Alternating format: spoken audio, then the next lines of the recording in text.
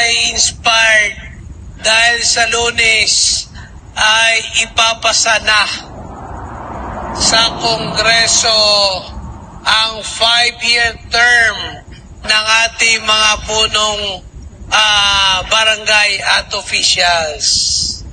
Sa Lunes, kung may papasa sa Kongreso, parang ramdam ko na ng susunod na eleksyon sa barangay ay gaganapin na sa November, first Monday of November 2028.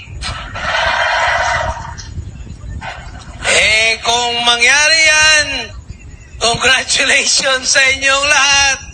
Si board member ay patuloy na magiging board member at ang mga konsihal ay patuloy na magiging konsihal ng mga ABC. Ganon din marahil sa inyo. Parang biglang mas lalong na-inspire ang ating mga barangay officials. Anyway, congratulations sa inyo. Sana nga sa Lunes ay nasa 80% na posibleng ang susunod na eleksyon ay sa 2028 pa. Parang wala na kayong ibang gustong marinig.